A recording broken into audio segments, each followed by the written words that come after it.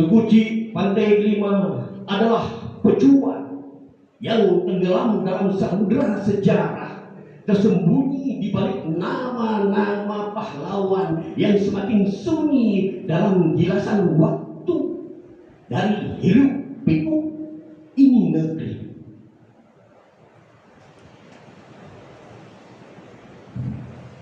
Hari ini para pewaris berjuang mengukir namanya, memahat di dinding hati, mencatat dalam catatan pikir agar setiap yang telah diperjuangkan tidak akan lenyap, tidak akan menjadi sia-sia di hadapan pertarungan zaman.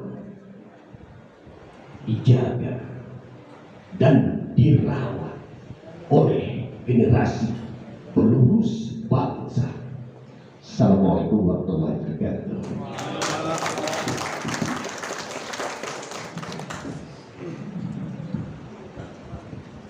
Luar biasa dan berbahagia, seolah kita tertawa bagaimana kemudian perjuangan Tengkuci Pantai Delima menaklukkan perjuangan penjajah dan akhirnya kemudian harus